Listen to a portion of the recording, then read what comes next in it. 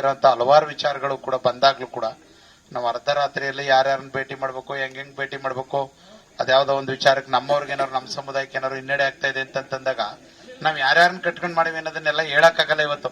ಅದು ಕೆಲವಾರು ವಿಚಾರಗಳಲ್ಲಿ ಇತ್ತೀಚೆಗೆ ನಡೆದಂತಹ ವಿಚಾರಗಳಲ್ಲಿ ನಾವು ದುಗ್ಗಟ್ಟ ರಾಜೇಶ್ ಅವರು ಮಠಕ್ಕೆ ಒಂದ್ಸಾರಿ ಇಲ್ಲಿಗೆ ಹೋಗ್ತೀವಿ, ಯಾರು ನಮ್ಮ ಮಠಾಳ ಮಠಕ್ಕೆ ಯಾವ್ದೋ ಒಂದು ವಿಚಾರ ಎಡವಟ್ಟಾಗದ ನಮ್ಮ ಸಮುದಾಯಕ್ಕೆ ಒಂಚೂರು ಎಲ್ಲೋ ಒಂಚೂರು ಹಿನ್ನಡೆ ಆಗುತ್ತೆ ಅಂದಾಗ ನಾವು ಕೆಲವನ್ನ ಚರ್ಚೆ ಮಾಡುವಂತ ವಿಚಾರಗಳೇ ಇರಲ್ಲ.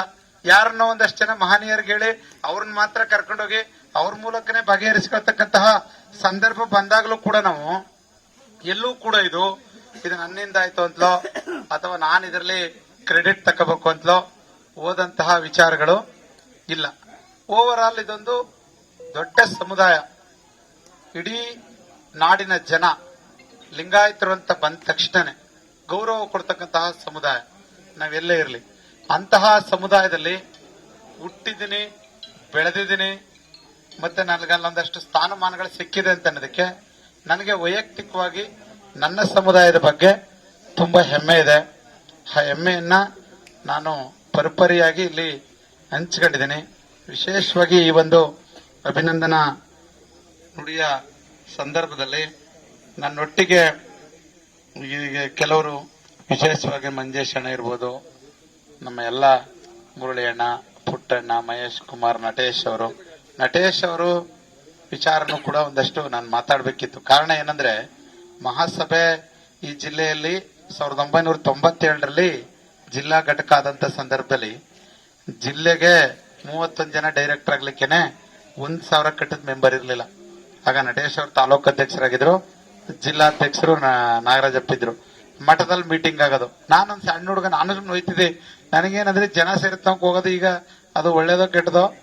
ಹೋಯ್ತಿದ್ದಾಗ ನಾಗರಾಜಪ್ಪನವರು ಏನ್ ಮಾಡೋದು ಎತ್ತ ಸಭೆ ಮಾಡುವಾಗ ಬೆರಟಳ್ಳಿ ರಾಜು ಅವರು, ತುಗಟ್ಟಿ ಮಲ್ಲಿಕಾರ್ಜುನ ಸ್ವಾಮಿ ಅವರಾಗ ನಮ್ಮ ಪುಟ್ಟಬಸಪ್ಪನವ್ರ ಮಕ್ಕಳು ಪ್ರಭುಶಂಕರ್ ಅವರು ಕೂಡ ಡೈರೆಕ್ಟರು, ಮತ್ತೆ ಮಲ್ಲೇಶಪ್ಪನವರು ಡೈರೆಕ್ಟರು, ಡಾಕ್ಟರ್ ಸೂರದೂರ್ ಸ್ವಾಮಿ ಅವರು ತಾಲೂಕು ಅಧ್ಯಕ್ಷರು, ಸಸಿಬಿಂಬ ಜಿಲ್ಲಾ ನಿರ್ದೇಶಕರು.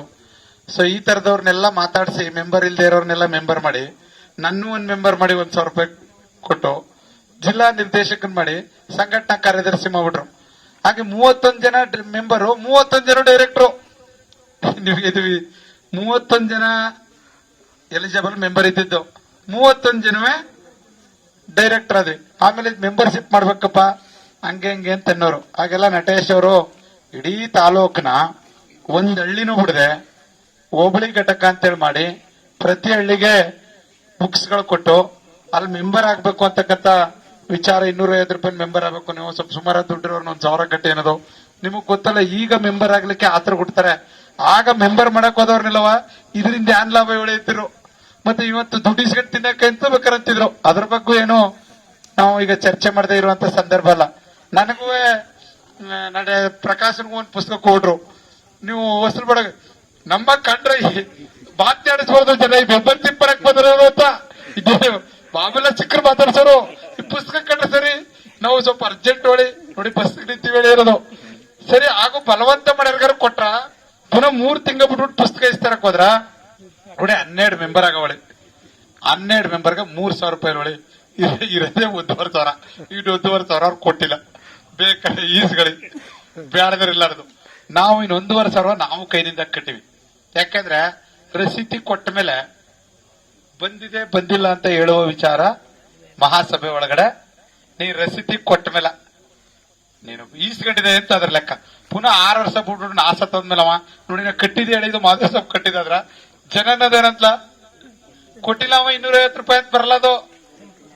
ಆ ತರದ ಕೆಟ್ಟ ಹೆಸರುಗಳು ಕೂಡ ನಾವು ಮತ್ತೆ ನಟೇಶ್ ಅವರು ಕೆಲಸ ಮಾಡುವಾಗ ಮತ್ತೆ ಇದೆಲ್ಲ ಆಗುವಾಗ 1-2 ಮಿಸ್ ಆಗಿರ್ಬೋದು. ನಾನು ಅದನ್ನು ಇಲ್ಲ ಅಂತೇನು ಇವತ್ತು ವಾದ ಮಾಡ್ತಾ ಇಲ್ಲ. ಇದೊಂದು ಪ್ರಯಾಣ. ಮತ್ ನಾವು ಅದನ್ನ ಮಾಡುವಾಗ ಅದನ್ನ ಬೇಕಾದಷ್ಟು ಕಡೆ ನಿಮ್ಗೆ ಇನ್ನೇನೋ ಕೆಲಸವಿಲ್ವಾ, ಇದೊಂದು ಸಮಾಜದಿಂದ ಹಿಡ್ಕೊಂಡ್ ಬೈದಾರಲ್ಲ, ನೀವು ಏರ್ ಕಟ್ಕ ಉಳಿಯೋಗಿದೆ ಅಂತಕ್ ಬೈದಾರೆ ಅಂದವ್ರನ್ನು ಕೇಳಿಸ್ಕೊಂಡಿವಿ. ಬಹಳ ಮಹನೀಯರುಗಳೇ ಎಂದರೆ, ಆದ್ರೆ ಸಮಾಜ ದೊಡ್ಡದು, ಸಮಾಜಕ್ಕಿಂತ ನಾವು ದೊಡ್ಡವರಲ್ಲ. ಮತ್ತೆ ಅದರ ಜೊತೆಗೆ ನಾವು ಈ ಮಡಿವಾಳ ಶಿವನಂಕರೇಶ್ವರನದ್ರಲ್ಲೂ ಕೂಡ ಕೆಲಸ ಮಾಡ್ತಿದ್ವಿ. ಆಗ ನಮ್ಮೊಟ್ಟಿಗೆ ನಮ್ಮ ಶಿವಕುಮಾರು, ಚಿನ್ಸ್ವಾಮಿ ಎಡಬಿಡದೆ ಸಿಕ್ತಿದ್ರು. ನಾವೆಲ್ಲ ಒಟ್ಟೊಟ್ಟಿಗೆ ಇರ್ತಿದ್ವು.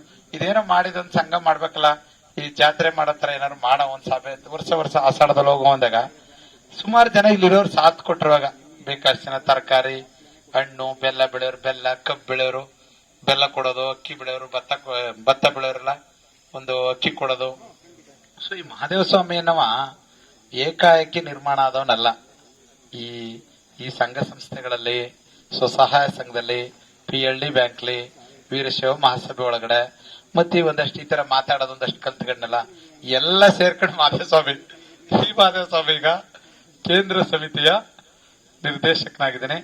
ನಾನು ವಿಶೇಷವಾಗಿ ಈ ಕೇಂದ್ರ ಸಮಿತಿಯ ನಿರ್ದೇಶಕ ಸ್ಥಾನವನ್ನ ಚಾಮರಾಜನಗರ ಜಿಲ್ಲೆಯ ಅಸಂಖ್ಯಾತ ವೀರಶೈವ ಲಿಂಗಾಯತ ಬಂಧುಗಳಿಗೆ ಅರ್ಪಣೆ ಮಾಡ್ತಾ ಇದ್ದೇನೆ. ಜೊತೆಗೆ ನಮ್ಮ ಅಧ್ಯಕ್ಷರು ಪುಟ್ಟು ಅವರು ಹಾಕ್ಬೇಕಾಗಿದ್ದು ಕರ್ಜಿನ, ಅವ್ರಿಗೆ ಪುಟ್ಟಣ್ಣವರು ಸೂಚಕರಾಗಬೇಕಾಗಿತ್ತು. ಪುನಃ ನನ್ನ ಹೆಸರು ಬಂತ್ಲೆ ಅವ್ರು ಏನ್ ಮಾಡಿದ್ರು, ಪುಟ್ಟಣ್ಣವ್ರು ನಾವು ಒಟ್ಟಿಗೆ ಬರ್ತೀವಿ, ನೀವ್ ಯಾಕೆ ಹೇಳ್ರಿ ಯಾರಾದ್ರೆ ಅಂತ ಅವರು ಬಂದ್ರು. ಮತ್ತೆ ನಮ್ ಗೌಡ್ರು ಪುರುಷೋತ್ತಮ, ನಾನು ಆಗುವಾಗ ಏನೇನಾಯ್ತು ಅಂತ ಹೇಳ್ಕೊಳಕ್ಕೆ, ಯಾಕಂದ್ರೆ ಭಾಷಣ ಅಂತೂ ಏನು ನಡೆಯಲ್ಲ. ಅವರು ಒತ್ತಡ ಬಂತು, ಮಾಧವಸ್ವಾಮಿ ತಗಸ್ಬಿಡಿ, ಅವ ಬೇಕಿಲ್ಲ, ನೀವ್ ಹೇಳಿದ್ರೆ ತಗತಾನೆ ಅಂತ. ಅವರು ಒಬ್ರು ಆ ತರದ 100 ಜನಕ್ಕೆ ಪ್ರಸ್ತಾಪ ಆಯ್ತು. ನಾನು ಬ್ರಹ್ಮಂದ್ ಹೇಳಿದ್ರೆ ಕೇಳಲ್ಲ, ಅದು ಯಾಕಂದ್ರೆ ನಾನು ಬಸವಣ್ಣ ವಿಚಾರ ಒಪ್ಕೊಂಡ್ರು, ವಿಚಾರ ಶಕ್ತಿಗೆ ಸಮ್ಮತವಲ್ಲದನ್ನ ಬ್ರಹ್ಮನೇ ಬಂದು ಹೇಳಿದ್ರು ಕೇಳ್ಬೇಡೇನೋ ನಾನು. ಮತ್ ನಾನು ಅಂಕಿ ಸಂಖ್ಯೆ ತಗೊಂಡಿಲ್ಲ ಆ ವಿಚಾರದಲ್ಲಿ. ನೀವು 1,000 ಜನ ಒಟ್ಟಿಗಿದ್ದೀರಿ, ನಾವೊಬ್ಬ ಒಂಟೆಗಿರಿ ಅನ್ನೋ ಕಾರಣಕ್ಕೆ ನಿಮ್ ಜೊತೆಗೆ ಸೇರ್ಕೊಳ್ಳೋ ಬುದ್ಧಿ ನಂಗಿಲ್ಲ. ನನ್ನ ವಿಚಾರ ಇದು, ನಾನು ಹೇಳುವ ವಿಚಾರ ನನ್ನ ಅಂತರಾತ್ಮ ಪೂರ್ವಕವಾಗಿ, ಅದು ಸಾಮಾಜಿಕ ತಳಹದಿಯ ಮೇಲಿತ್ತು, ಜನರ ಒಳಿತಿಗಿತ್ತು ಅಂತ ನನ್ನ ತೀರ್ಮಾನಕ್ಕೆ ಬಂದ ಮೇಲೆ 100 ಜನ ಬಂದು ನನ್ನ ಜೊತೆಗಿರೋರು ನೀವು ಬರ್ಲಿಕ್ಕೆ ತಗೆ ಬದ್ರಿಲ್ಲ, ನೀವು ಹೋಗಿದ್ ಬನ್ನಿ, ನಾ ಇಲ್ಲ ಒಂದ್ ಆಳ್ ಕೂತಿರ್ತೀರಿ, ಬಟ್ ನೀವು ಜಾಸ್ತಿ ಜನ ಇದ್ರೆ ನೀವು ಮಾಡ್ತಾ ಇರೋ ಸರಿಲ್ಲ ಅಂತೀರಿ. ನಾನು ಸೋಲಾಗದ, ಬಟ್ ನಿಮ್ಮದು ಸರಿಲ್ಲ ಅನ್ನೋ ಮತ್ತೆ ಒಂದು ವಿಚಾರಕ್ಕೆ ನಾನು ಬದ್ಧನಾದೆ. ಬಟ್ ಗೌಡ್ರು ಫೋನ್ ಮಾಡಿಲ್ಲ, ಬಟ್ ಫೋನ್ ಮಾಡಿದವ್ರಿಗೆಲ್ಲ ಹೇಳಿದೆಯೋ ನಾ ಯಾಕೆ ವಿರೋಧ ಹೇಳ್ತೀನಿ, ದೇವದ ಅಧ್ಯಕ್ಷ ತಗಲಿದ್ರೆ ನಾನು ನೀವಲ್ಲ ಬ್ರಹ್ಮಂದ್ ಹೇಳಿದ್ರು ತಗಲ್ಲ ಅಂತ. ಇದು ಅವ್ರಿಗೆ ವೇದ್ಯ ಆಗದೆ ಇರ್ಬೋದು ಆ ಸಂದರ್ಭಕ್ಕೆ, ಆದ್ರೆ ಈ ಸಂದರ್ಭ ನಿರ್ಮಾಣ ಆಯ್ತಿರಲಿಲ್ಲ. ನಾವು ವಾಪಸ್ ತಕೊಂಡಿದ್ರೆ ಈ ಜಿಲ್ಲೆಗೆ ಸ್ಥಾನಮಾನನು ಸಿಗ್ತಿರ್ಲಿಲ್ಲ. ಸಿಗದೇ ಇರತಕ್ಕಂಥದ್ದನ್ನ ನಾನ್ ಕಾರಣ ಆಗ್ಬಾರ್ದು ಅಂತ ಈ ಸಮುದಾಯಕ್ಕೆ ಚಾಮರಾಜನಗರ ಜಿಲ್ಲೆಗೆ ಒಂದು ಅವಕಾಶ ಕೊಡುವಾಗ ನಾನು ನನ್ನ ಆರತಾಳ, ನೋವು, ಒತ್ತಡವನ್ನ ನಾನು ಸಹಿಸ್ಕೊಂಡೆ. ಅದಕ್ಕೆ ಅವ್ರ ಸಾಕ್ಷಿ, ಅದಕ್ಕೆ ಅವ್ರ ತಂದ್ರ ಬಸವರಾಜಣ್ಣ ಅಧ್ಯಕ್ಷರಾಗಿದ್ದ, ನಾ ಪ್ರಧಾನ ಕಾರ್ಯದರ್ಶಿ, ಅವರೆಲ್ಲ ಅಲ್ಲೊಂದು 17 ಲಕ್ಷ ದುಡ್ಡು ವಸೂಲು ಮಾಡಿ ಜಾಗ ಮಾಡ್ಬೇಕು ಅಂತೆಲ್ಲ ಪ್ರಯತ್ನ ಪಟ್ರು. ಗೊತ್ತಿಲ್ಲ, ನಾವೆಲ್ಲ ಸೇರ್ಕೊಂಡು ಏನಾದ್ರು ಆಗುವಾಗ ಯಾರಿಗಾರು ಹೆಸರು ಬಂದ್ಬಿಟ್ಟದು ಅನ್ನೋ ಕಾರಣಕ್ಕೆ ಒಂದಷ್ಟು ಜನ ಆ ಸಂದರ್ಭಕ್ಕೆ ಬ್ರೇಕ್ ಹಾಕಲಿ ಇವನ್ಗೆ ಹೆಸರು ಬಂದ್ಬಿಡುತ್ತೆ. ವೀರಶೈವ ಮಹಾಸಭೆ ಈ ಬೆಂಗಳೂರಲ್ಲಿ ಈ ಅರಮನೆ ಮೈದಾನದಲ್ಲಿ ಸಭೆಗಳು ಮಾಡೋದು ಚಂದ ಅಲ್ಲ. ಮಹಾಸಭೆ ಇದೆ ಅಂತ ಗೊತ್ತಾಗಬೇಕು ಅಂತಂದ್ರೆ ನೀವು ಅಟ್ಲೀಸ್ಟ್ ರಾಜ್ಯ ರಾಷ್ಟ್ರ ಘಟಕದವರು ಒಂದೊಂದು ಜಿಲ್ಲೆ ಒಂದೊಂದು ತಾಲೂಕ್ ಕೇಂದ್ರದಲ್ಲಿ ಹೋಗಿ ಸಭೆಗಳು ಮಾಡಿ, ನಿಮ್ ಸಭೆ ಮುಗಿದ್ಮೇಲೆ ಆ ತಾಲೂಕಿನ ಜನನೆಲ್ಲ ಸೇರಿಸ್ಕೊಂಡು ಅವ್ರ ಕೆಲವು ಪ್ರಶ್ನೆಗಳವ್ರೆ, ಅವ್ರನ್ನ ಒಂಟೊಂಟೆ ಸಿಕ್ಕದಾಗ ಕೇಳ್ತಾರ, ನಿಮ್ಗೆ ಅದು ಗೊತ್ತಾಗಲ್ಲ. ನೀವು ಬನ್ನಿ ಅಲ್ಲಿಗೆ ಜನರ ಬಳಿಗೆ ಅಂತೆಲ್ಲ ಹೇಳಿದ್ದನ್ನ ಮಾನ್ಯ ಮಾಡಿದೆ. ಒಟ್ಟು ಪ್ರಯಾಣ ಹೆಂಗಿದೆ ಅಂತಂದ್ರೆ ಮಹಾಸಭೆದು ಅದು ಎಲ್ಲೂ ಕೂಡ ತನ್ನ ಸಾಮಾಜಿಕ ಜವಾಬ್ದಾರಿಯನ್ನ ಮರೆತಿಲ್ಲ. ಅದು ಮಹಾಸಭೆ 1904 ಪ್ರಾರಂಭ ಆದಾಗಿನಿಂದ ಇಲ್ಲಿವರೆಗೂ ಕೂಡ ಅದೆಲ್ಲೂ ಕೂಡ ಆಸ್ತಿ ಮಾಡಬೇಕು, ಶಿಕ್ಷಣ ಸಂಸ್ಥೆ ಮಾಡಬೇಕು, ಅಥವಾ ದೊಡ್ಡ ದೊಡ್ಡ ಬಂಗ್ಲೆಗಳು ಕಟ್ಕೋಬೇಕು, ಆ ವಿಚಾರಕ್ಕೆ ಹೋಗ್ಲೇ ಇಲ್ಲ. ಅದು ಒಂದ್ ವೇಳೆ ಹೋಗಿದ್ದಿದ್ರೆ 1904ರಿಂದ ಇಲ್ಲಿ ಗಂಟ ಕರ್ನಾಟಕದ ತುಂಬೆಲ್ಲ ವೀರಶೈವ ಮಹಾಸಭೆ ಆಸ್ತಿನೇ ಇರ್ತಿತ್ತು. ಅದು ಆಸ್ತಿಗಿಂತಲೂ ಸಮಾಜವನ್ನ ನಾವು ಭದ್ರ ಮಾಡಬೇಕು. ಸಮಾಜ ನಾವು ಭದ್ರ ಆಗ್ಲಿಲ್ಲ ಅಂತಂತಂದ್ರೆ ಆಸ್ತಿಗಳು ಉಳಿಸ್ಕೊಳ್ಳಕ್ಕೆ ಆಗಲ್ಲ. ಅದಕ್ಕೇನೆ ವೀರಶೈವ ಮಹಾಸಭೆ ಲಿಂಗಧಾರಣೆಯಂತಹ ಕಾರ್ಯಕ್ರಮಗಳಿಗೆ ಪ್ರಾಮುಖ್ಯತೆಯನ್ನ ಕೊಡುತ್ತೆ. ಬಸವಾದಿ ಶರಣರ ಚಿಂತನೆಗಳನ್ನ ಪ್ರಚಾರ ಮಾಡಲಿಕ್ಕೆ ಪ್ರಾಮುಖ್ಯತೆಯನ್ನ ಕೊಡುತ್ತೆ. ಮಹಾಸಭೆ ಪಾರ್ಲಿಮೆಂಟರಿ ಸಿಸ್ಟಮ್ನು ಕೂಡ ಅಳವಡಿಸ್ಕೊಂಡಿದೆ. ಅದರ ಪ್ರತಿನಿಧಿ ನಮ್ಮ ಜಮಾತಿಂದ ಆಯ್ಕೆ ಆಗಬೇಕು, ಯಾರೋ ನೇಮಕ ಆಗಬಾರ್ದು ಅಂತಕ್ಕಂಥದ್ದನ್ನ ಒಂದು ಪಾರ್ಲಿಮೆಂಟರಿ ಸಿಸ್ಟಮ್ನು ಕೂಡ, ಡೆಮೊಕ್ರೆಟಿಕ್ ಸಿಸ್ಟಮ್ನು ಕೂಡ ಬೆಳೆಸ್ತಾ ಇದೆ. ಸೊ ಇದು ಮಹಾಸಭೆಗೆ ಸಂಬಂಧಪಟ್ಟಂಗೆ ನನಗಿರ್ತಕ್ಕಂತಹ ಮಾಹಿತಿಯನ್ನ ಈ ಒಂದು ಅಭಿನಂದನಾ ಸಂದರ್ಭದಲ್ಲಿ ನಾನು ಹೇಳಲೇಬೇಕಾಗಿದ್ದಂತಹ ಬಹಳ ಪ್ರಮುಖವಾದ ಅಂಶಗಳನ್ನ ತಮ್ಮ ಅವಗಾಹನೆಗೆ ತಂದಿದ್ದೀನಿ. ಆದರೆ ವಿಶೇಷ ಪ್ರಕರಣ ನಾನು ಮಾತನಾಡ್ತಕ್ಕಂಥ ಸಂದರ್ಭದಲ್ಲಿ ನನ್ನ ಮುಂದೆ ಮತ್ತೆ ನನ್ನ ಜೊತೆಗಿರ್ತಕ್ಕಂಥವರೆಲ್ಲರೂ ಕೂಡ ನನ್ನ ಬೆಳವಣಿಗೆಗೆ ಕೈ ಜೋಡಿಸಿದಂಥವ್ರು, ಸಹಕಾರ ನೀಡಿದಂಥವ್ರು, ಹೆಗಲು ಕೊಟ್ಟಂತವ್ರು ಅವರೇ ಇವತ್ತು ಈ ಒಂದು ಅಭಿನಂದನೆಯನ್ನು ಮಾಡ್ತೀವಿ ಅಂತ ಹೇಳಿ ತೀರ್ಮಾನ ಮಾಡಿ ನಾನು ನೀವು ಎಷ್ಟೊತ್ತು ಸಿಗ್ತೀರಿ, ಎಲ್ಲಿ ಸಿಗ್ತೀರಿ, ಹೆಂಗೆ ಅಂತಂದ್ರು. ನಾನು ಯಾರ್ಯಾರಪ್ಪ ನನಗೆ ಅಭಿನಂದಿಸಕ್ ಬರ್ತಾ ಇರೋರು ಅಂತ ಶ್ರೀಕಂಠಣ್ಣ ಮತ್ತೆ ನಮ್ ಡಿ ಪಿ ಪ್ರಕಾಶನ್ ಕೇಳಿ, ನಾವ್ ಇಲ್ಲೇ ಸಹ ಮರಳಿ ಹೋಬಳಿಯವರು, ಈ ಸೊಸೈಟಿ, ನಮ್ ಗ್ರಾಮ ಪಂಚಾಯತಿ ಅವರೆಲ್ಲ ಸೇರ್ಕತೀವಿ, ನೀವು ಎಲ್ಲಿ ಸಿಕ್ಕಿರಿ ಹೆಂಗೆ ಅಂತಂದ್ರು. ನೀವು ಬರ್ತೀವಿ ಅಂದ್ರೆ ಒಟ್ಟಿಗೆ ಬನ್ನಿ ಒಂದಷ್ಟು ಜನ, ನಾವು ಸುಮ್ಮನೆ ಬಂದವ್ರನ್ನ 10 ನಿಮಿಷಕ್ಕೂ ಅವ್ರಿಗೊಂದ್ಸಟ್ಟಿ ಇವ್ರಿಗೊಂದ್ಸಟ್ಟಿ ಅನ್ನೋದ್ರದ್ದು ಒಟ್ಟಿಗೆ ಒಂದು ಟೀ ಮಾಡಿಸಿ, ಒಟ್ಟಿಗೆ ಟೀಗೆ ಕುಡ್ಕೊಂಡು ಮಾತಾಡ್ಕೊಂಡು ನಿಮ್ಮ ಅಭಿನಂದನೆನೂ ಕೂಡ ನಾನು ಸ್ವೀಕಾರ ಮಾಡ್ತೀನಿ. ನಮ್ ತೋಟಕ್ಕೆ ಬನ್ನಿ ಅಂತ ಸಲಹೆ ಕೊಟ್ಟವನ್ ನಾನು, ಎಲ್ಲಿ ಸಿಗ್ತೀರಿ ಅಂದಾಗ.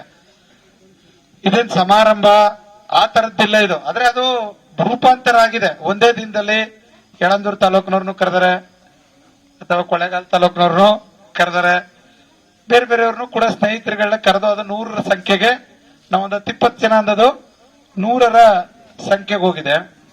ಇಲ್ಲಿರೋರು ಎಲ್ಲರೂ ಕೂಡ ನನಗೆ ಎಲ್ಲರೂ ಅವ್ರ ಹೆಸರುಗಳು ಒಬ್ರು ಹೇಳ್ಬೇಡಿ, ಒಂದೊಂದು ವಿಚಾರ. ನಾನು PLD ಬ್ಯಾಂಕ್ ಅಧ್ಯಕ್ಷನಾಗುವಾಗ PLD ಬ್ಯಾಂಕ್ ಇದ್ದಂತಹ ನನ್ನ ಜನ, ಅದರಲ್ಲೂ ವಿಶೇಷವಾಗಿ ಸುಂದರಪ್ಪ, ಮಾದೇವಪ್ಪ, ಶಿವಕುಮಾರಣ್ಣವರೆಲ್ಲ, ಇಲ್ಲ ಮಾದೇವ ಸ್ವಾಮಿಗೆ ಒಂದು ಅವಕಾಶ ಕೊಡ್ಬೇಕು, ಈ ಸಮಾಜದ ಕೆಲಸನಿಗೆ ಬೆನ್ನು ಕಟ್ಕೊಂಡು ಓಡಾಡ್ತಾನೆ, ಸಮಾಜದ ಕೆಲಸ ನಂಗೆ ಎಲ್ಲಿ ರೆಕಗ್ನೈಸೇಷನ್ ಬಂತು ಅಂತ ಹೇಳಕ್ಕೆ ಹೇಳ್ತಾ ಇರೋದು. ನಾನು ಹೆಂಗೆ PLD ಬ್ಯಾಂಕ್ ಸಮಾಜ ಗಿಮಾಜ ಅಂದ್ರೆ ಅದಷ್ಟು ಬತ್ತೇನೆ ಅಂತ ಒಬ್ಬ ಅಧ್ಯಕ್ಷನಲ್ಲಿ ಬಿಡಿ, ಅದು ನಮಗಾಗಲ್ಲ ಆಸೆನ ಅನ್ನೋ ವಿಚಾರನ ಪ್ರಸ್ತಾಪ ಮಾಡಿ ಅವರು ಅವಿರೋಧವಾಗಿ ನನ್ನನ್ನು ಅಧ್ಯಕ್ಷನ್ ಮಾಡದಂತದ್ದಿರ್ಬೋದು.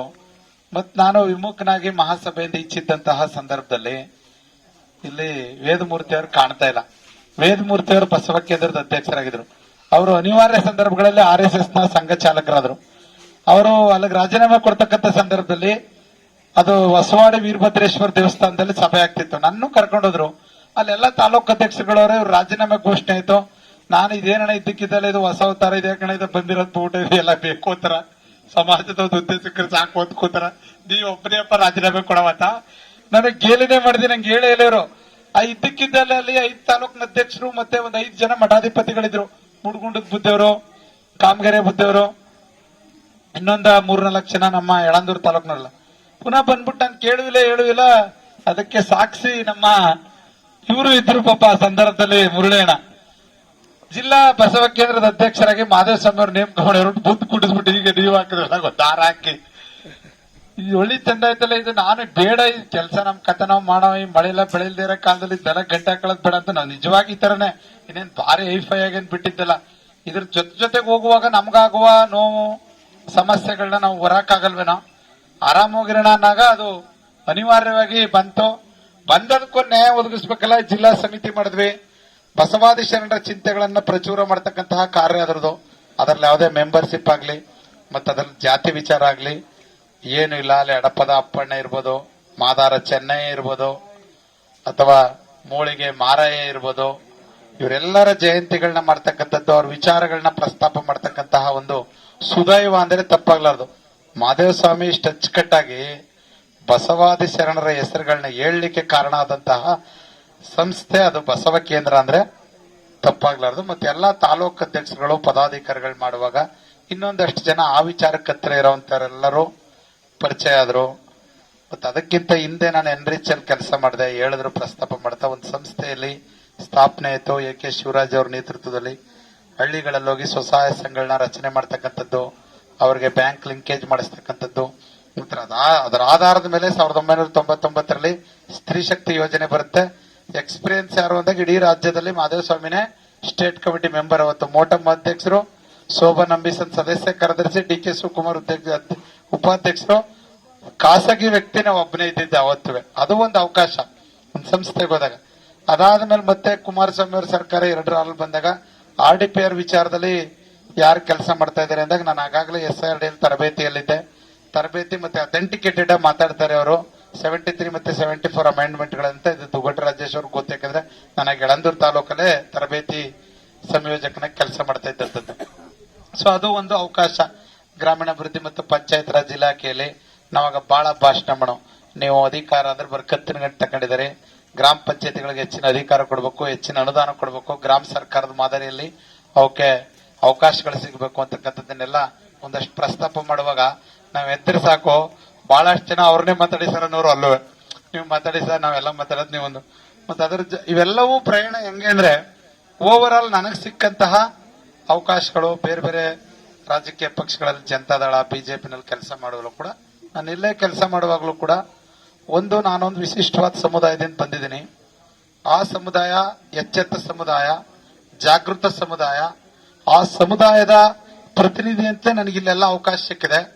ನನ್ನ ನಡವಳಿಕೆ, ನನ್ನ ಭಾಷೆ ಮತ್ತೆ ನನ್ನ ಒಟ್ಟು ವ್ಯವಹರಣೆ ಆ ಸಮುದಾಯಕ್ಕೆ ಕೆಟ್ಟ ಹೆಸರು ಬರಬಾರದು ಅಂತಕ್ಕಂತಹ ಒಂದು ಸಾಮಾನ್ಯ ಜ್ಞಾನವನ್ನು ಇಟ್ಟುಕೊಂಡು ನಾನು ಎಲ್ಲೇ ಹೋಗಿ ಕೆಲಸ ಮಾಡುವಾಗಲೂ ಕೂಡ ಅದಕ್ಕೆ ನೂರಾರು ಕೊಂಕು ಮಾತುಗಳು ಬಂದಿರಬಹುದು, ನಾನು ಇಲ್ಲ ಅಂತನ್ನೆಲ್ಲ. ಆದ್ರೆ ನಾನು ನನ್ನ ಅಂತರಾತ್ಮ ಪೂರ್ವಕವಾಗಿ ಈ ನಡುವೆ ಏನೇ ಆದಾಗ್ಲೂ ನಮ್ಮ ಸಾಲೂರು ಮಠದೊಂದು ಸಮಸ್ಯೆ ಆದಾಗ್ಲೂ ಕೂಡ ನಾವು ಅಲ್ಲೊಂದೆರಡು ವರ್ಷ ಅಲ್ಲಿ ನಿಂತ್ಕೊಂಡು ಕೆಲಸ ಮಾಡಿದಂತ ಸಂದರ್ಭದಲ್ಲಿ ತಪ್ಪು ಮಾಡ್ಕೊಂಡು 12,000 ಪುಟಗಳ ವರದಿಯನ್ನ ಕೊಡ್ತಾರೆ ಅವರು. ನೀವ್ ಹೇಳುವ ಶಿವನಿಗೂ ನಾವ್ ಹೇಳುವ ಶಿವನಿಗೂ ಸಂಬಂಧ ಇಲ್ಲ. ನಿಮ್ಮ ಶಿವ ತೊಡ ಮೇಲೊಬ್ಬಳನ್ನ ತಲೆ ಮಗಳು ಕುಂಡಿಸ್ಕೊಂಡ ಹಿಂದೂ ಧರ್ಮದಲ್ಲಿ, ನಮ್ಮ ಶಿವ ನಿರಾಕಾರ ಮೂರ್ತಿ, ಕರಸ್ಥಲದಲ್ಲಿ ಕುರುಹಾಗಿರ್ತಕ್ಕಂಥವನು. ನಾವು ಕಾಯಕವೇ ಕೈಲಾಸ ಅಂತಕ್ಕಂಥ ಜನ, ನಿನ್ನರಿವೇ ನಿನಗೆ ಗುರುವಾಗಬೇಕು ಅಂತಕ್ಕಂತಹ ಜನ. ಶಾಸ್ತ್ರ ಪುರಾಣಗಳನ್ನ ನಾವು ನಂಬಲ್ಲ. ನಾಳಿನ ದಿನಕ್ಕೆ ಇಂದಿನ ದಿನವೇ ಲೇಸು ಅಂತಕ್ಕಂತಹ ಸಮುದಾಯ ನಮ್ದು. ಹಸ್ತು ಬಂದವರಿಗೆ ಅನ್ನ ಹಾಕಬೇಕು. ಕಾಯಕ ಮತ್ತೆ ದಾಸೋಹ ಮತ್ತೆ ಅಷ್ಟಾವರಣ, ಪಂಚಾಚಾರ ಇವು ಈ ಧರ್ಮದ ಮೂಲ ಮಂತ್ರ. ಜಾತಿ ನಮ್ಮಲ್ಲಿ ಜಾತಿ ಉಪಜಾತಿಗಳಿಲ್ಲ. ಯಾರ್ಯಾರು ಬಸವಣ್ಣ ಕೊಟ್ಟಂತಹ ಇಷ್ಟಲಿಂಗವನ್ನ ಧಾರಣೆ ಮಾಡ್ಕೊಂಡಿದ್ದಾರೆ ಅವರೆಲ್ಲರೂ ಕೂಡ ಒಂದೇ. ಈ ಧರ್ಮಕ್ಕೆ ಯಾರು ಬೇಕಾದ್ರೂ ಕೂಡ ಸೇರಬಹುದು. ಇದೊಂದು ವಿಶಿಷ್ಟವಾದಂತಹ ಧರ್ಮ. ಜಗತ್ತಿನ ಮೊಟ್ಟ ಮೊದಲ ಸಮಾಜವಾದಿ ಅಂತ ಬಸವಣ್ಣವ್ರು ಯಾಕೆ ಅನ್ನಿಸ್ಕೊತಾರೆ ಅಂತಂದ್ರೆ, ಈ ಧರ್ಮ ಉದಯ ಆಗುವಂತಹ ಸಂದರ್ಭದಲ್ಲಿ ಯಾರನ್ನ ಬೇಕಾದ್ರೂ ಕೂಡ ಸೇರಿಸ್ಕೊಂಡು ಲಿಂಗಾಯತರನ್ನ ಮಾಡಿರೋದು. ಸೊ ಈ ಎಲ್ಲ ವರದಿಯನ್ನ ಕೊಟ್ಟ ಮೇಲೆ ಸುಪ್ರೀಂ ಕೋರ್ಟ್ ಏನ್ ಹೇಳುತ್ತೆ, ಕೇಂದ್ರದ ಸರ್ಕಾರ ಸಚಿವ ಸಂಪುಟದಲ್ಲಿ ಇದ್ರ ಬಗ್ಗೆ ಸಚಿವ ಸಂಪುಟ ಮತ್ತೆ ಸದನದೊಳಗಡೆ ವಿಸ್ತೃತವಾಗಿ ಚರ್ಚೆ ಆಗ್ಬೇಕು. ಚರ್ಚೆ ಆಗಿ ಒಂದು ವೇಳೆ ಸರ್ಕಾರ ಏನಾದರೂ ಇದಕ್ಕೆ ವಿಶೇಷವಾದಂತಹ ಧರ್ಮದ ಮಾನ್ಯತೆಯನ್ನ ಕೊಡ್ತೀವಿ ಅನ್ನೋದಾದ್ರೆ ಅದಕ್ಕೆ ನಮ್ ತಕರಾರಿಲ್ಲ ಅಂತ ಸುಪ್ರೀಂ ಕೋರ್ಟ್ ಹೇಳ್ಬಿಡುತ್ತೆ. ಅಂದ್ರೆ ಒಂದೆಲ್ಲೋ ಒಂದ್ ಕಡೆ ಗೆದ್ವಿ ಅಂತಕ್ಕಂಥ ಭಾವನೆ ಬರೋ ಅಷ್ಟೊತ್ತಿಗೆ ದೇಶದಲ್ಲಿ ಚುನಾವಣೆ ಬರುತ್ತೆ. ಮನಮೋಹನ್ ಸಿಂಗ್ ಸರ್ಕಾರ ಅವತ್ತು ಇದೇ ಶಾಮನೂರು ಶಿವಶಂಕರಪ್ಪನವರು, ಭೀಮಣ್ಣ ಖಂಡ್ರೆ, ತಿಪ್ಪಣ್ಣ, ಮಹಾರಾಷ್ಟ್ರದ ಒಬ್ರು ನಮ್ಮ ಸಮಾಜದ MP ಎಲ್ಲರೂ ಕೂಡ ಒಟ್ಟಾಗಿ ಹೋಗಿ 21 ಜನರು ಸೋನಿಯಾ ಗಾಂಧಿಯನ್ನ ಭೇಟಿ ಮಾಡಿ ಸ್ವತಂತ್ರ ಧರ್ಮಕ್ಕೆ ನೀವು ಕೊಡ್ಲಿಕ್ಕೇನೆ ಒಂದು ವಿಶೇಷವಾದ ಅಧಿವೇಶನ ಕರೆಸಿ, ನಮಗ್ ಕೊಟ್ರೇನೆ ನಾವು ನಿಮ್ಗೆ ಓಟ್ ಹಾಕೋದು. ಆಗೊಂದು ಆಂದೋಲನ ಸ್ಟಾರ್ಟ್ ಮಾಡಕ್ ಶುರು ಮಾಡುತ್ತಾರೆ. ಯಾರು ನಮಗೆ ಸ್ವತಂತ್ರ ಧರ್ಮವನ್ನ ಕೊಡ್ತೀವಿ ಅಂತ ನಮಗೆ ವಾಗ್ದಾನವನ್ನ ಮಾಡ್ತಾರೋ, ಯಾರು ಪ್ರಣಾಳಿಕೆಯಲ್ಲಿ ಸ್ವತಂತ್ರ ಧರ್ಮದ ಸ್ಥಾನಮಾನವನ್ನ ಕೊಡ್ತೀವಿ ಅಂತ ಹೇಳ್ಕೊಳುತ್ತೋ ಆ ಪಕ್ಷಕ್ಕೆ ನಮ್ಮ ಮತ ಹಾಕ್ತಿವಿ ಅನ್ನೋ ಮಟ್ಟಕ್ಕೆ ಹೋಗುತ್ತೆ. ಆದ್ರೆ ಅದಕ್ಕೆ ಸ್ವಲ್ಪ ಸಣ್ಣ ಪುಟ್ಟ ಹಿನ್ನಡೆಗಳು ಯಾಕಾಗ್ತವೆ ಏನು ಅಂತ ನಾವು ಅದನ್ನ ಚರ್ಚೆ ಮಾಡೋದ್ ಬೇಡಿ. ನಾವೆಲ್ಲರೂ ಕೂಡ ರಾಜಕೀಯ ಇಚ್ಛಾಶಕ್ತಿ ಇರ್ತಕ್ಕಂಥ ಜನ. ರಾಜಕೀಯದ ವಿಚಾರಗಳು ಬಂದಾಗ ನಮ್ಮಲ್ಲಿ ಭಿನ್ನಾಭಿಪ್ರಾಯ ಬಂದ್ಬಿಡ್ತವೆ. ಸೊ ಆ ಸಂದರ್ಭದಲ್ಲಿ ಆದಂತಹ ಬೆಳವಣಿಗೆಗಳು, ಒಂದು ವೇಳೆ ಮನಮೋಹನ್ ಸಿಂಗ್ ಸರ್ಕಾರ ಕಂಟಿನ್ಯೂ ಆಗಿದ್ದಿದ್ರೆ ನಮ್ಗೆ ಆ ಸಂದರ್ಭದಲ್ಲಿ ಸದನ ಸಮಿತಿ ರಚನೆ ಆಗೋದು, ಸದನ ಸಮಿತಿ ವರದಿ ನಾವು ಕೊಟ್ಟ ವರದಿ ಅನ್ನೋದು ಒಪ್ಕೊಂಡ ತಕ್ಷಣ ನಮಗೆ ಕೇಂದ್ರದಲ್ಲಿ ವಿಶೇಷ ಅಧಿವೇಶನ ಆಗೋದು. ಅಧಿವೇಶನ ಆದ ತಕ್ಷಣ ನಮಗೆ 1 ವರ್ಷಕ್ಕೋ 2 ವರ್ಷಕ್ಕೋ 3 ವರ್ಷಕ್ಕೋ ನಮಗೆ ಒಂದು ಸ್ವತಂತ್ರ ಧರ್ಮ ಸಿಕ್ಕಿದ್ರೆ ಏನಾಗೋದು ಅಂತಂದ್ರೆ, ಇಡೀ ದೇಶದಲ್ಲಿ ಇವತ್ತು ಯಾರು ಅಲ್ಪಸಂಖ್ಯಾತರು ಅಂತ ಇದೀವಿ ಅವರೆಲ್ಲ ಅಲ್ಪಸಂಖ್ಯಾತರು. ಇಡೀ ದೇಶದಲ್ಲಿ ಅಲ್ಪಸಂಖ್ಯಾತರಾಗ್ತಾ ಇದ್ದವರು ವೀರಶೈವ ಲಿಂಗಾಯತರು. ಅತ್ಯಂತ ಕಡಿಮೆ ಸಂಖ್ಯೆ ಆಗ್ತಿದ್ವಿ. ಕೇಂದ್ರ ಮತ್ತೆ ರಾಜ್ಯ ಸರ್ಕಾರದ ಅಲ್ಪಸಂಖ್ಯಾತರಿಗಿರ್ತಕ್ಕಂತಹ ಎಲ್ಲಾ ಸ್ಥಾನಮಾನಗಳಿಗೆ ನಾವು ಹೋಗ್ತಾ ಇದ್ವಿ. ಸವಲತ್ತುಗಳು ನಮಗೆ ಸಿಗ್ತಾ ಇತ್ತು. ಆ ಹೋರಾಟದ ಹಿನ್ನಡೆಗೆ ಹಲವಾರು ಕಾರಣಗಳು, ರಾಜಕೀಯ ಬದಲಾವಣೆನೂ ಕೂಡ ಕಾರಣ. ಈಗಿರ್ತಕ್ಕಂತಹ ಸರ್ಕಾರದ ಮನಸ್ಥಿತಿ ಹೆಂಗಿದೆ ಅಂದ್ರೆ, ನಾವು ಇಡೀ ದೇಶವನ್ನೇ ಹಿಂದೂ ರಾಷ್ಟ್ರ ಮಾಡೋದಕ್ಕೆ ಹೊರಟಿದ್ವಿ. ನಾವಿರ್ತಕ್ಕಂತಹ ಎಲ್ಲಾ ಧರ್ಮಗಳಿಗಿಂತ ಹಿಂದೂ ಧರ್ಮ ಮೇನ್. ಈ ದೇಶದಲ್ಲಿ ವಾಸ ಮಾಡತಕ್ಕಂಥವ್ರು ಹಿಂದೂಗಳು. ನಾವು ಹಿಂದೂ ರಾಷ್ಟ್ರ ಮಾಡುವಾಗ ನಮ್ಮಲ್ಲಿರೋರೇ ಭಾಗ ಮಾಡ್ಕೊಂಡು ಹೋಗುವ ಅವಶ್ಯಕತೆ ಇಲ್ಲ ಅಂತಕ್ಕಂಥದ್ರ ಮೇಲೆ ಒಂದಷ್ಟು ಚರ್ಚೆಗಳಾಗಿ ಈಗ ಆ ಸಂದರ್ಭದಲ್ಲಿ ನಮ್ಮ ಪೇಜಾವರ ಶ್ರೀಗಳು ವಿಶ್ವೇಶ್ವರ ತೀರ್ಥರು ಮಧ್ಯ ಭಾಗವಹಿಸಿ ಇಲ್ಲ ನಮ್ಮೊಂದಿಗಿದ್ದಂತಹ ಜೈನರು ಬೇರೆ ಆಗಿದ್ರು ಕೂಡ ನಮ್ ಜೊತೆಗೆ ಅವರೇ, ಪಾರ್ಸಿಗಳು ಬೇರೆ ಆದ್ರೂ ಕೂಡ ನಮ್ ಜೊತೆಗೆ ಅವರೇ, ಜೊತೆಗೆ ಲಿಂಗಾಯತರು ಬೇರೆ ಆದ್ರೂ ನಮಗೇನ್ ತೊಂದರೆ ಇಲ್ಲ. ಅವರು ರಾಷ್ಟ್ರಕ್ಕೇನು ಅಪಾಯಕಾರಿ ಜನ ಅಲ್ಲ.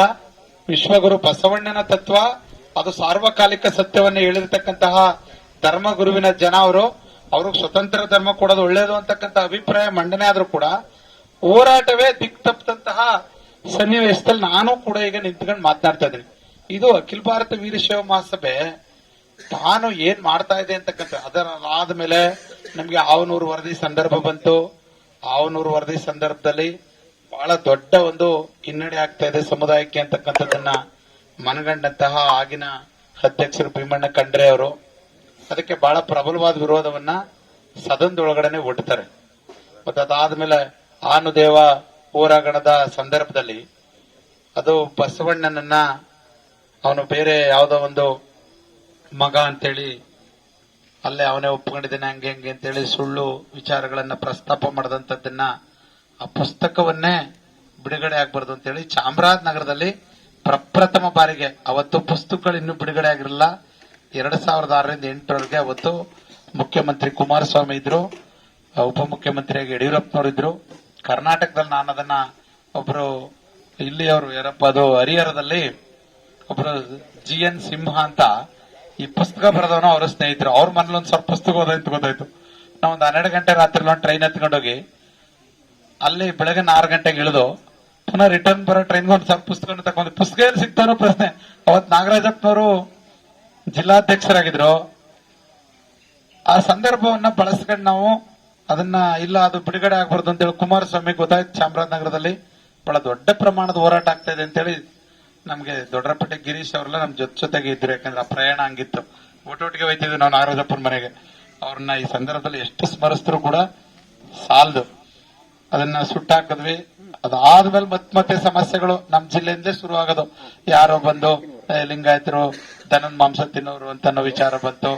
ನಾವ್ ಇಡೀ ರಾಜ್ಯದಲ್ಲಿ ಅದನ್ನ ಅವ್ರನ್ನ ಬಹಳ ಕೋರ್ಟ್ಗೆಲ್ಲ ಓದಂತದ್ದು. ಅವ್ರಿಗೆ ಒಂದು ಸಾಮಾಜಿಕ ಹಿನ್ನಡೆ ಆಗ್ಬೇಕು ಅಂತಹ ಅವ್ರನ್ನ ನೀವು ವೇದಿಕೆಗಳ ಕರ್ತರ್ತಕ್ಕಂಥದ್ದು, ಮಾತನಾಡಿಸ್ತಕ್ಕಂಥದ್ದು.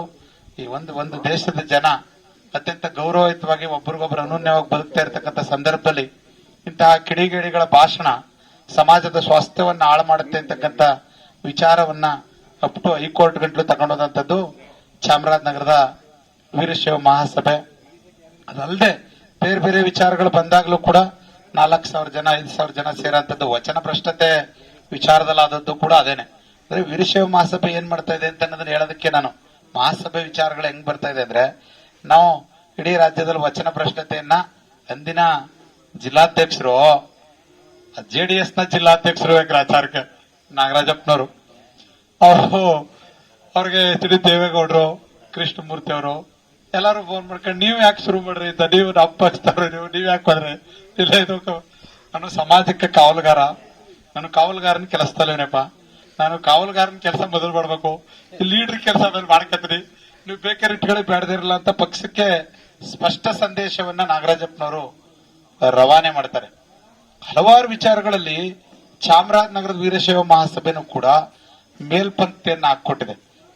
ನಾನೇ ದೇಶದಲ್ಲಿ ಅತ್ಯಂತ ಗೌರವಯುತವಾಗಿ ಬದುಕುವಂತಹ ವಾತಾವರಣ ನಿರ್ಮಾಣ ಮಾಡುವಲ್ಲಿ ಸಮಾಜವಾದದ ಹಿನ್ನೆಲೆಯಲ್ಲಿ ಸಾಮಾಜಿಕ ತಳಹದಿಯ ಮೇಲೆ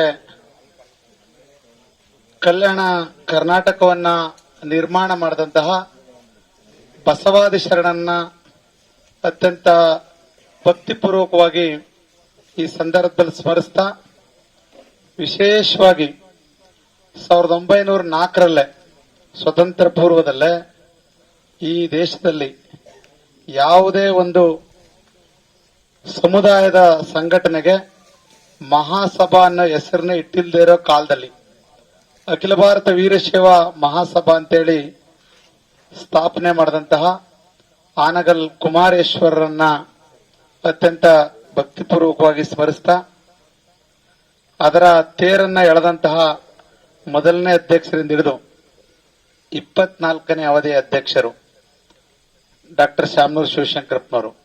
ಸುಮಾರು ಈಗಾಗಲೇ ಈ ದೇಶದಲ್ಲಿ 24 ಅಧಿವೇಶನಗಳಾಗಿವೆ. ಆ ಎಲ್ಲಾ ಸಂದರ್ಭಗಳಲ್ಲೂ ಕೂಡ ಆ ಸಂದರ್ಭದ ಅಧ್ಯಕ್ಷರಾಗಿದ್ರು ಅವರೇ ಅಧಿವೇಶನದ ಅಧ್ಯಕ್ಷರುಗಳಾಗಿದ್ದಾರೆ. ಅವರೆಲ್ಲ ಮಹನೀಯರುಗಳನ್ನ ಈ ಸಂದರ್ಭದಲ್ಲಿ ನಾನು ಚಾಮರಾಜನಗರ ಜಿಲ್ಲೆಯ ಅಸಂಖ್ಯಾತ ವೀರಶೈವ ಲಿಂಗಾಯತ ಬಂಧುಗಳ ಪರವಾಗಿ ಅತ್ಯಂತ ಭಕ್ತಿಪೂರ್ವಕವಾಗಿ ಅವ್ರನ್ನ ಸ್ಮರಣೆ ಮಾಡ್ಕೊಳ್ತೇನೆ. ಕಾರಣ ಇಷ್ಟೇ, ಸ್ವತಂತ್ರ ಪೂರ್ವದಲ್ಲಿ ನಾವೇನೀಗ ವೀರಶೈವ ಲಿಂಗಾಯತರು ಅಂತೇಳಿ ಗುರುತಿಸ್ಕೊಂಡಿದೀವಿ ಒಂದು ಸಮುದಾಯವಾಗಿ. ಆ ಸಮುದಾಯ ಒಂದೇ ಹೆಸರಲ್ಲಿರಲಿಲ್ಲ.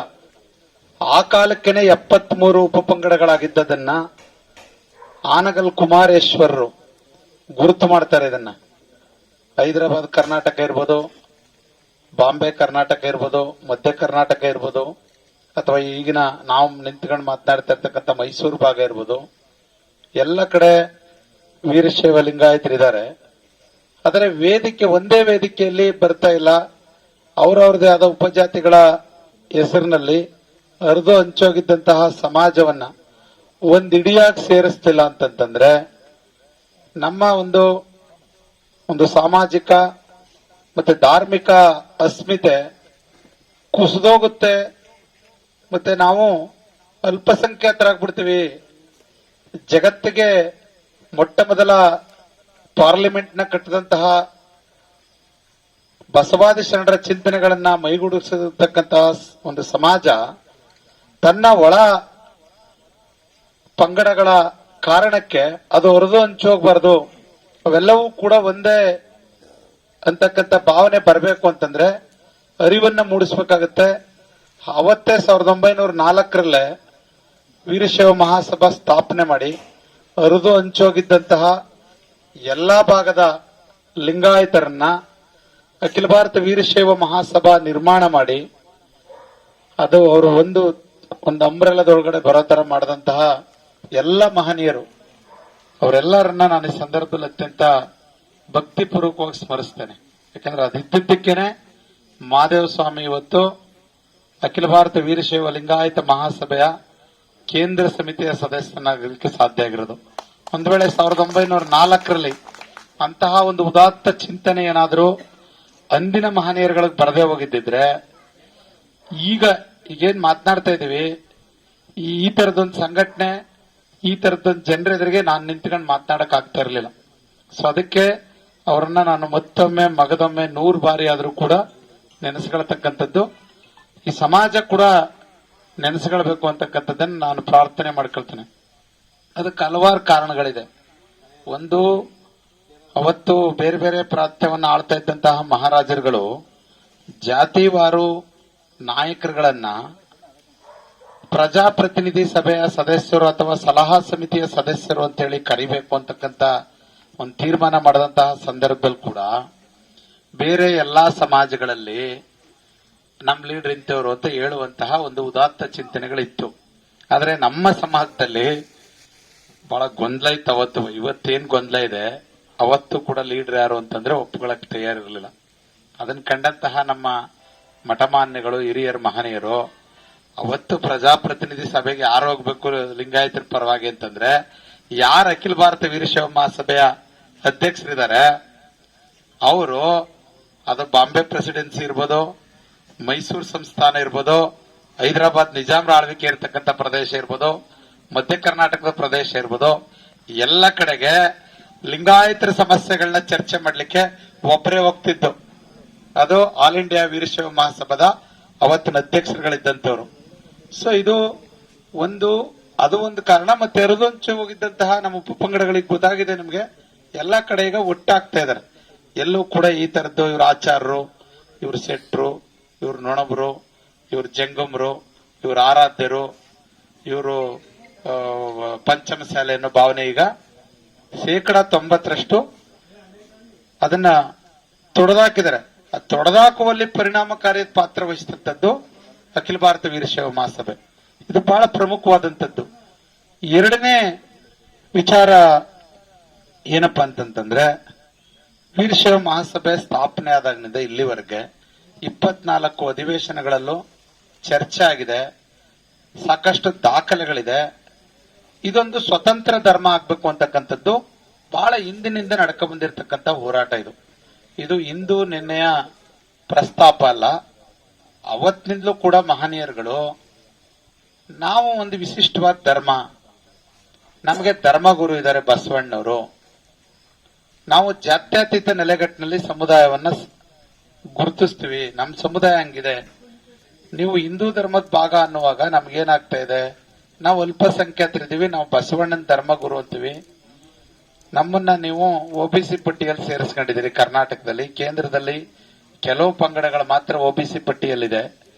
ಈ ಕಾರಣಕ್ಕೆ ನಾವು ಕೇಂದ್ರದಲ್ಲಿ ಉದ್ಯೋಗ, ಶಿಕ್ಷಣ ಮತ್ತೆ ರಾಜಕೀಯ ಮೀಸಲಾತಿಗಳಂತಹ ಸಂದರ್ಭದಲ್ಲಿ ಕರ್ನಾಟಕ ಪ್ರದೇಶದಲ್ಲಿ ಅತ್ಯಂತ ದೊಡ್ಡ ಸಮುದಾಯವಾಗಿರ್ತಕ್ಕಂಥ ಲಿಂಗಾಯತರಿಗೆ ಅನ್ಯಾಯ ಆಗ್ತಾ ಇದೆ.